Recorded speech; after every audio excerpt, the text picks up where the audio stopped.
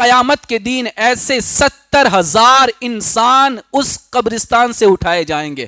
70 یعنی کہ 17 نہیں، 70,000 انسان قیامت کے دن اٹھائے جائیں گے، جو بغیر حساب و کتاب جنت میں داخل کیے جائیں گے.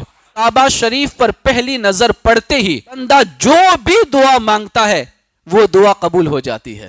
النظر الی الکعبۃ عبادۃ، کعبہ کی طرف دیکھنا بھی عبادت ہے. اگر آپ وہاں حرم شریف میں بیٹھے رہیں اور بیٹھے بیٹھے صرف کعبہ کو دیکھیں بھی، آپ جتنی دیر دیکھیں گے عبادت کا ثواب ملتا رہے گا. آپ تسبیح بیٹھے بیٹھے تسبیح پڑھنے میں اپنا وقت نہ گزاریں، یا آپ ورد و وظائف کے اندر اپنا وقت نہ گزاریں. آپ انڈیا میں آ کے بھی قرآن تو پڑھ سکتے ہیں، آپ تسبیح تو گھر بیٹھے بیٹھے بھی پڑھ سکتے ہیں، آپ دنیا کے کسی بھی کونے کے اندر بیٹھ کے ورد و وظائف کر سکتے ہیں. اگر اللہ نے موقع دیا اور آپ چلے گئے حرم شریف کے اندر تو جتنا ہو سکے طواف ہی کرتے رہے. یقیناً وہ آنکھیں بڑی خوش قسمت ہے جس نے کعبہ کو دیکھا اور میرے مصطفیٰ کے مدینے کو دیکھا ہے. روزانہ رب کی بارگاہ میں دعا کرو، ہر نماز کے بعد دعا کرو، مولا موت سے پہلے کعبہ بھی دکھا دے اور تیرے محبوب کا مدینہ بھی دکھا دے.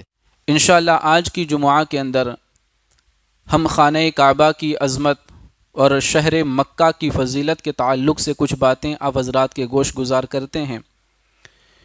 قرآن کریم کے اندر سورہ بلد کے اندر اللہ تبارک و تعالی نے شروع ہی میں فرمایا لا اقسم بہذا البلد. اللہ فرماتا ہے مجھے قسم ہے اس شہر کی، اور اس شہر سے مراد شہر مکہ ہے. اب کیوں اللہ نے قسم یاد فرمائی ہے شہر مکہ کی؟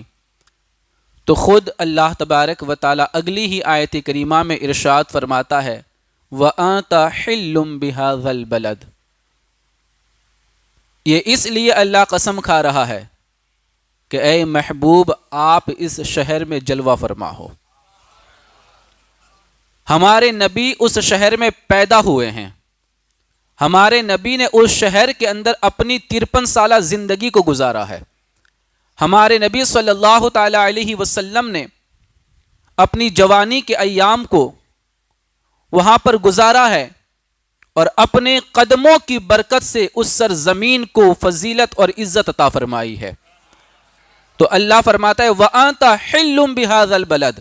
اے محبوب میں نے جو شہر مکہ کی قسم کھائی ہے وہ کسی اور وجہ سے نہیں کہ وہاں پر مقام ابراہیم ہے، وہاں پہ خانہ کعبہ ہے، وہاں پہ آب زمزم ہے، وہاں پر مینا اور مزدلفہ کی وادیاں ہیں، وہاں پر غار ہیرا ہے، وہاں پر غار ثور ہے، وہاں پر صفا اور مروہ کی پہاڑیاں ہیں. میں نے جو قسم کھائی ہے یہ ان چیزوں کی وجہ سے نہیں کھائی، اس لیے کھائی ہے کہ میرا محبوب اس شہر میں رہتا ہے، میرا محبوب اس شہر میں جلوہ فرما ہے. اس لیے اللہ تبارک و تعالیٰ نے شہر مکہ کی قسم یاد فرمائی. اور مصطفیٰ کریم کے دیوانوں، علماء کرام ارشاد فرماتے ہیں کہ جب تک تاجدار کائنات صلی اللہ تعالی علیہ وسلم شہر مکہ میں جلوہ فرما رہے اس وقت تک مکہ ساری کائنات میں سب سے افضل و اعلیٰ رہا. اور جیسے ہی میرے آقا نے مکہ سے ہجرت فرما کر مدینہ تشریف لائے، اب قیامت تک مدینہ سب سے افضل رہے گا. کیوں؟ اس لیے کہ ساری مخلوق خدا کے اندر سب سے افضل کوئی ذات ہے تو وہ مصطفیٰ کی ذات ہے. تمام مخلوق میں سب سے اعلیٰ مقام اور مرتبہ یہ تاجدار کائنات کا مرتبہ ہے. اور حضور صلی اللہ تعالی علیہ وسلم کی یہ قدموں کی برکت ہے کہ حضور جس جگہ پہ قدم رکھ دیتے ہیں وہ جگہ ساری کائنات سے افضل و اعلیٰ ہو جایا کرتی ہے. تو جب تک حضور مکہ میں تھے مکہ افضل و اعلیٰ تھا، اور جب تک حضور مدینہ میں رہیں گے مدینہ افضل و اعلیٰ رہے گا. بلکہ فرمایا گیا، قاضی ایاز رحمت اللہ تعالی علیہ بھی لکھتے ہیں اس بات پر کہ جس زمین پر آقا کریم صلی اللہ تعالی علیہ وسلم کو دفن کیا گیا ہے، جہاں پر قبر انور ہے، مزار مقدس ہے آقا کریم صلی اللہ تعالی علیہ وسلم کا، جو حجرہ عائشہ صدیقہ رضی اللہ تعالی عنہا کے اندر بنایا گیا تھا. تو جو زمین میرے آقا کے جسم کو لگی ہوئی ہے، جہاں پر حضور دفن ہے نا، وہ زمین جو آقا کریم صلی اللہ تعالی علیہ وسلم کے جسم مبارک کو ٹچ کر رہی ہے وہ زمین عرش اعظم سے بھی افضل ہے. کہے سبحان اللہ. وہ زمین عرش اعظم سے بھی افضل ہے. کیوں افضل ہے؟ اس لیے کہ خدا کے سوا جتنی بھی چیزیں ہیں وہ سب مخلوق ہے. خدا کے سوا جتنی بھی چیزیں ہیں سب مخلوق ہے اور خدا خالق ہے. خدا خالق ہے. تو عرش مخلوق، کرسی مخلوق، آسمان مخلوق، زمین مخلوق، ساری کائنات میں جتنی بھی چیزیں ہیں سب مخلوق. فرشتے مخلوق، جنات مخلوق، انسان مخلوق، چاند مخلوق، سورج مخلوق. کائنات کی ہر چیز مخلوق ہے. یعنی جس کو اللہ نے پیدا کیا ہے اور جس نے پیدا کیا وہ خالق ہے. اور تمام مخلوقوں میں سب سے اعلیٰ مقام تاجدار کائنات کا ہے. سب سے بڑا رتبہ ہمارے نبی کا ہے. تو فرمایا گیا جس زمین پر آقا کریم صلی اللہ تعالی علیہ وسلم کا جسد انور لگا ہوا ہے وہ زمین عرش اعظم سے بھی افضل ہے. عرش سے بھی افضل ہے. میں آج بات مدینہ منورہ کی فضیلت پہ نہیں کرنا چاہتا، بس اتنا بتا رہا ہوں کہ اللہ تبارک و تعالیٰ نے شہر مکہ کی قسم یاد فرمائی کہ مجھے مکہ کی قسم. کیوں فرمائی؟ اس لیے کہ محبوب تم اس شہر میں جلوہ فرما ہو. حضور کے رہنے کی وجہ سے، حضور کے بسنے کی وجہ سے میرے آقا صلی اللہ تعالی علیہ وسلم کی یہ شان ہے کہ میرے آقا جہاں قدم رکھ دیتے ہیں وہ زمین سب سے اعلیٰ بن جایا کرتی ہے. مصطفیٰ کریم کے دیوانوں، مکہ کی کیا بات ہے. قرآن کریم میں اللہ تبارک و تعالی ارشاد فرماتا ہے ان اول بیت وضع للناس للذی ببکۃ مبارکا وہدی للعالمین. بے شک سب میں پہلا گھر جو لوگوں کی عبادت کے لیے مقرر ہوا جو مکہ میں ہے، برکت والا، سارے جہان کا رہنما ہے.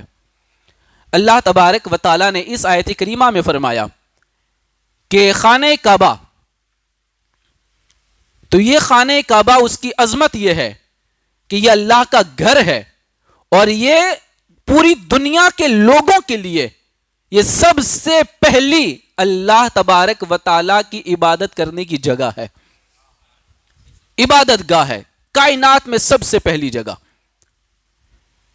اور روایتوں میں فرمایا گیا کہ جس طرح انسان کے جسم کے اندر ناف کا مقام ہے، یعنی وہ سینٹر ہے اس انسان کے جسم کا، ناف ہماری، اسی طرح جہاں پر خانہ کعبہ ہے وہ پورے روئے زمین کی ناف ہے، وہ سینٹر ہے پوری دنیا کا. اور وہاں پر ہمارے نبی کو اتارنے کا مقصد بھی یہی تھا کہ وہ سینٹر ہے ساری کائنات کا اور میرے نبی ساری کائنات کے لیے نبی بن کے تشریف لائے ہیں. تو وہیں پر کھڑے رہ کر کے وہ اعلان کریں گے کہ لا الہ الا اللہ محمد الرسول اللہ، کہ اللہ کے سوا کوئی عبادت کے لائق نہیں اور محمد صلی اللہ تعالی علیہ وسلم یہ اللہ کے رسول ہیں. یہ سینٹر سے پکاریں گے تو پوری دنیا کے اندر یہ گونج اٹھے گی، پوری دنیا کے لوگ اسے سنیں گے اور پوری دنیا اللہ تبارک و تعالیٰ کی عبادت کی طرف مائل ہوگی اور پوری دنیا تاجدار کائنات صلی اللہ تعالی علیہ وسلم کی رسالت کو تسلیم کرے گی. اس لیے میرے نبی کو جو اتارا دنیا کے اندر، جہاں پیدا فرمایا، اللہ نے وہ زمین بھی چنی تو وہ زمین شہر مکہ کو چنا. اس کی شان کیا ہے؟ تو اسے ام القریٰ کہا جاتا ہے، زمین کا سینٹر، زمین کی ماں کہا گیا، جسے سید البلاد کہا گیا، تمام شہروں میں جو سب سے اعلیٰ درجہ رکھتا ہے، اور اسے بلد امین کا لقب بھی دیا گیا ہے. اللہ تعالیٰ کو وہ زمین اتنی پسند آئی، اتنی پسند آئی کہ اپنا آخری پیغمبر بھی اتارا تو اسی زمین پر اتار دیا. اتنی اللہ تبارک و تعالیٰ کو وہ زمین پسند آئی. مصطفیٰ کریم کے دیوانوں، مکہ معظمہ وہ شہر ہے جس شہر کے اندر قرآن کے نازل ہونے کی شروعات ہوئی ہے. مکہ وہ شہر ہے جس شہر کے اندر اسلام یعنی ہمارے نبی نے اپنے دین کی اشاعت کی شروعات فرمائی ہے. مکہ وہ مقدس شہر ہے کہ جو آقا کریم صلی اللہ تعالی علیہ وسلم کی ولادت گاہ ہے، یعنی اسی میں حضور کی پیدائش ہے. بے شمار انبیاء کرام اور رسولان عظام خانہ کعبہ کی زیارت کے لیے اس مقدس شہر کے اندر تشریف لائے. حتیٰ کہ فرمایا گیا کہ کعبہ شریف کے ارد گرد، جو کعبہ ہے نا اس کے ارد گرد 300 انبیاء کرام کی مقدس قبریں ہیں. کتنے؟ 300 انبیاء کرام کی مقدس قبریں ہیں وہاں پر. رکن یمانی اور حجر اسود کے بیچ میں، رکن یمانی اور حجر اسود کے بیچ میں 70 انبیاء کرام کی قبر مبارکہ ہے. اتنی مقدس جگہ وہ، اتنی پیاری جگہ وہ. اور فرمایا گیا حتیم کے اندر جو خانہ کعبہ کا حصہ ہے، آپ دیکھیں گے خانہ کعبہ کو آپ فوٹوز کے اندر یا ویڈیوز میں تو اس طریقے سے یو آکار کی ایک جگہ بنی ہوئی ہے خانہ کعبہ کے بالکل بازو میں. وہ اصل میں کعبہ ہی کی جگہ ہے، اسے حتیم کہا جاتا ہے. فرمایا گیا حتیم کے اندر جو خانہ کعبہ کا حصہ ہے اس میں میزاب رحمت کے نیچے یعنی ایک پر نالا ہے. جب بارش ہوتی ہے تو وہیں سے کعبہ کے اوپر جو بارش ہوتی ہے وہ پانی نیچے گرتا ہے، اسے پرنالا کہا جاتا ہے. میزاب رحمت، اس کے نیچے حضرت اسماعیل علیہ السلام اور آپ کی پیاری والدہ ماجدہ حضرت ہاجرہ رضی اللہ تعالی عنہا کی قبر مبارکہ ہے.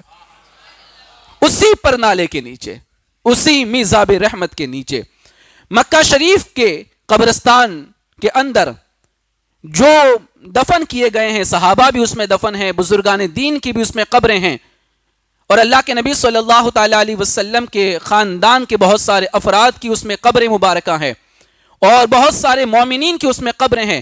فرمایا گیا قیامت کے دن ایسے 70,000 انسان اس قبرستان سے اٹھائے جائیں گے.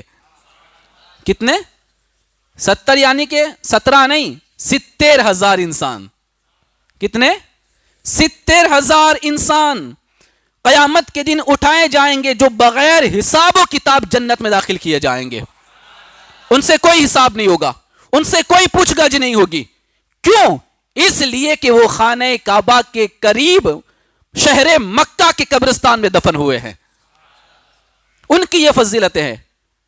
فرمایا گیا وہ 70,000 تو جائیں گے ہی، فرمایا گیا ان میں سے ہر ایک بندہ، وہ 70,000 میں سے ہر ایک شخص اپنے ساتھ 70,000 گنہگاروں کی شفاعت کریں گے. 70,000 گنہگاروں کی شفاعت کریں گے. ان کے چہرے 14ویں رات کے چاند کی طرح چمک رہے ہوں گے، اور اسی طرح چمکتے ہوئے چہروں کے ساتھ وہ جنت میں داخل ہوں گے قیامت کے دن. مصطفیٰ کریم کے دیوانوں، یہ شان ہے شہر مکہ کی. پیارے آقا صلی اللہ تعالی علیہ وسلم کے پیارے دیوانوں، شہر مکہ کی عظمتیں اور اس کی شان میں آپ کے سامنے اور کیا بیان کروں، بلکہ کنز العمال کے اندر یہ بات روایت ہے کہ فرمایا گیا کہ کعبہ شریف پر پہلی نظر پڑتے ہی بندہ جو بھی دعا مانگتا ہے وہ دعا قبول ہو جاتی ہے. یہ جتنے حاجی صاحبان ہیں، جتنے عمرہ کرنے والے ہیں، جنہوں نے اپنے ماتھے کی نگاہوں سے خانہ کعبہ کو دیکھا، جب پہلی بار وہ کعبہ کو دیکھیں، پہلی نظر پڑے اور پلک جھپکنے سے پہلے وہ جتنی بھی دعا مانگ لے اللہ وہ دعا کبھی رد نہیں فرماتا ہے. اتنی فضیلت ہے اس کی. اور کنز العمال کی ایک اور حدیث ہے، ام المؤمنین ماں عائشہ صدیقہ رضی اللہ تعالی عنہا سے روایت ہے، رسول اکرم صلی اللہ تعالی علیہ وسلم ارشاد فرماتے النظر الی الکعبۃ عبادۃ، کعبہ کی طرف دیکھنا بھی عبادت ہے. کعبہ کی طرف دیکھنا بھی عبادت ہے. اگر آپ وہاں حرم شریف میں بیٹھے رہیں اور بیٹھے بیٹھے صرف کعبہ کو دیکھیں بھی، آپ جتنی دیر دیکھیں گے عبادت کا ثواب ملتا رہے گا. اتنی فضیلت خانہ کعبہ کو دیکھنے کی. بلکہ ایک اور حدیث بہقی شریف کی، وہ میں آپ کو سنا رہا ہوں. حضرت عبداللہ بن عباس رضی اللہ تعالی عنہما سے روایت ہے کہ تاجدار کائنات صلی اللہ تعالی علیہ وسلم ارشاد فرماتے ہیں، بڑی پیاری روایت ہے، میرے آقا ارشاد فرماتے ہیں اللہ تعالیٰ کی 120 رحمتیں روزانہ ڈیلی کعبہ معظمہ پر نازل ہوتی ہے. 120 رحمتیں اللہ روز نازل فرماتا ہے خانہ کعبہ کے اوپر، جن میں سے 60 للطائفین، 60 رحمتیں صرف اور صرف اللہ طواف کرنے والوں پر نازل فرماتا ہے، طواف کرنے والوں پر. اور یاد رکھیں بزرگان دین فرماتے ہیں، اولیاء کاملین علماء کرام ارشاد فرماتے ہیں کہ جس کو بھی سعادت حج بیت اللہ نصیب ہو یا جس کو بھی عمرہ کرنے کا موقع ملے وہ خانہ کعبہ میں وہ جائے مکہ مکرمہ کے اندر، تو زیادہ سے زیادہ اگر کوئی عبادت کرنا چاہے خانہ کعبہ کا طواف کرے، خانہ کعبہ کا طواف کرے۔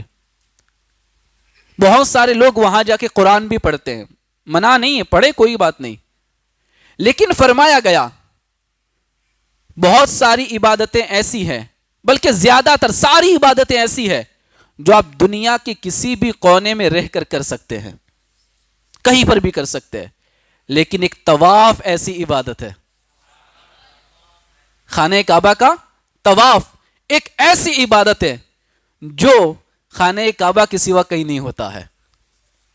تو بزرگان دین فرماتے ہیں کہ اگر آپ کو شہر مکہ میں جانے کا موقع ملے، آپ حرم شریف میں جائیں، تو آپ قرآن پڑھنے کے اندر اپنا وقت نہ گزاریں، آپ تسبیح بیٹھے بیٹھے تسبیح پڑھنے میں اپنا وقت نہ گزاریں، یا آپ ورد و وظائف کے اندر اپنا وقت نہ گزاریں۔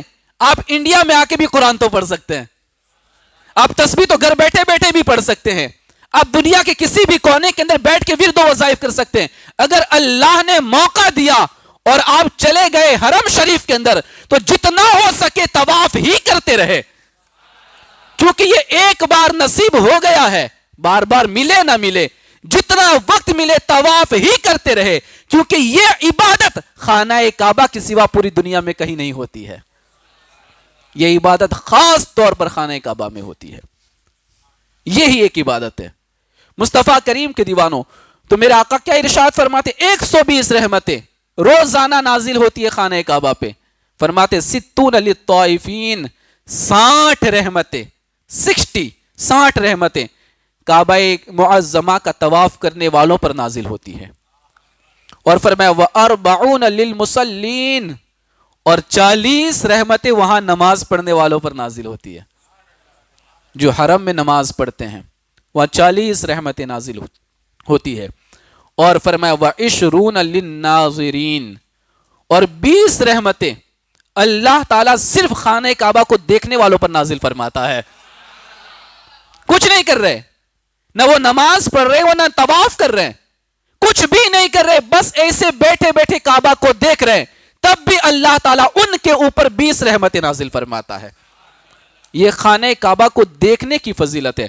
مصطفیٰ کریم کے دیوانوں، تو جتنے بھی حاجی صاحبان جاتے، میری ان سے گزارش ہے کہ جتنا بھی وقت ملے طواف کعبہ کرے، خانہ کعبہ کا طواف کرے، اور ہوٹلوں میں بیٹھ کے گپے نہ لگائیں، باتیں نہ کیا کرے، اپنا وقت ہوٹلوں میں نہ گزارا کرے، جتنا ہو سکے حرم کعبہ میں رہے، زمزم پیتے رہے، کعبہ کو دیکھتے رہے، زمزم پیتے رہے، طواف کرتے رہے، زمزم پیتے رہے، نمازیں پڑھتے رہے، زمزم پیتے رہے، عبادت کرتے رہے، جتنا ہو سکے، جتنا بھی ٹائم ملے، زیادہ سے زیادہ اپنا وقت حرم کعبہ میں گزارے، یقین جانے تمہارا ایک ایک لمحہ تمہارے گناہوں کے لیے کفارہ بن جائے گا، اللہ کی رحمتیں، اللہ کی برکتیں تم پر نازل ہوگی۔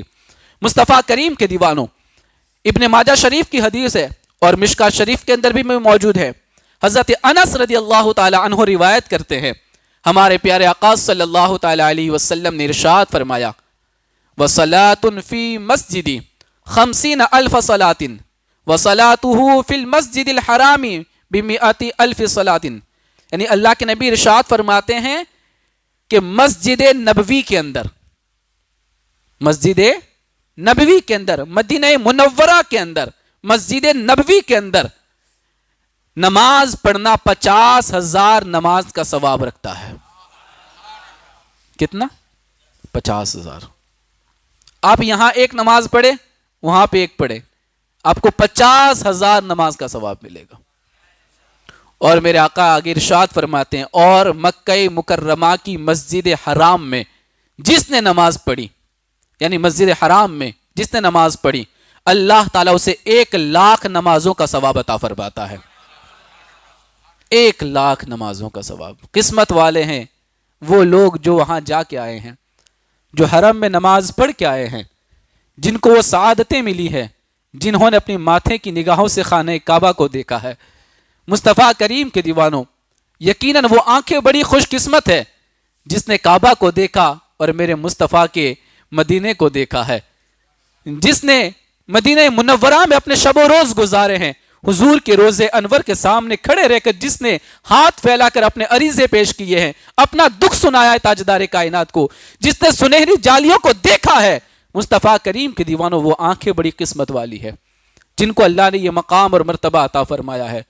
میں آپ سے بھی گزارش کرتا ہوں، ہماری یہ خواہش ہوتی ہے نا کہ میں اپنی بیٹی کی شادی کروں تو میں اتنا خرچہ کروں، میں اپنے بیٹے کی شادی کروں تو اتنا خرچہ کروں، میں مکان بناؤں تو ایسا بناؤں۔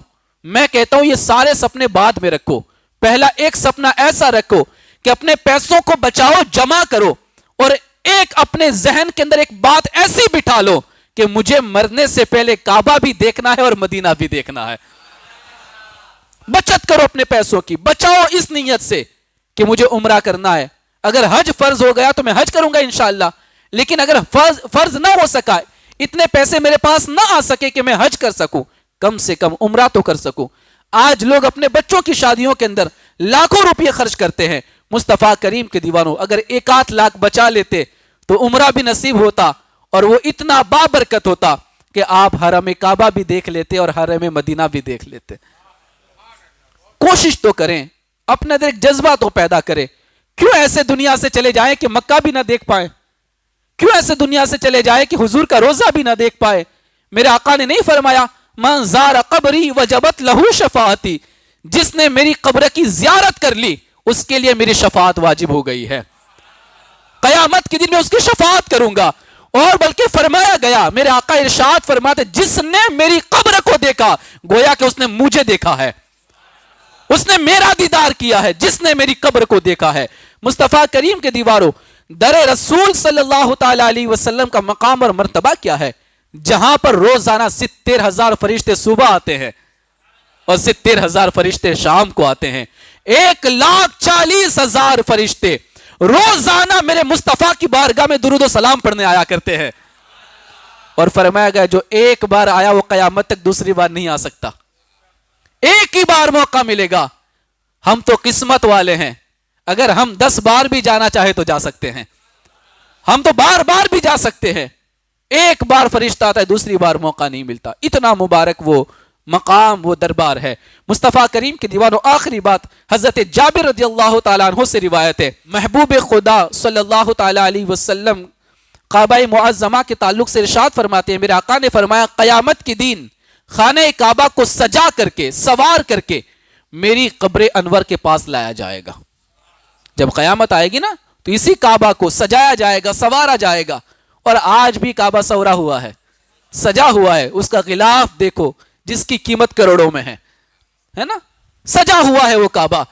فرمایا گیا قیامت کے دن اسے سجا اور سوار کر کے کہاں لایا جائے گا؟ مدینہ میں، حضور کے قبر انور کے سامنے لایا جائے گا، فرشتے لے کے آئیں گے کعبہ معظمہ کو۔ پھر کیا ہوگا؟ میرے آقا فرماتے فَتَقُولُ السَّلَامُ عَلَيْكَ یا محمد، تو خانہ کعبہ حضور کے روزے کے سامنے کھڑا ہو کر عرض کرے گا یا نبی اللہ صلی اللہ تعالی علیہ وسلم آپ پر میرا سلام ہو۔ کعبہ خود تاجدار کائنات کو سلام پیش کرے گا، اے محمد صلی اللہ تعالی علیہ وسلم آپ پر میرا سلام ہو۔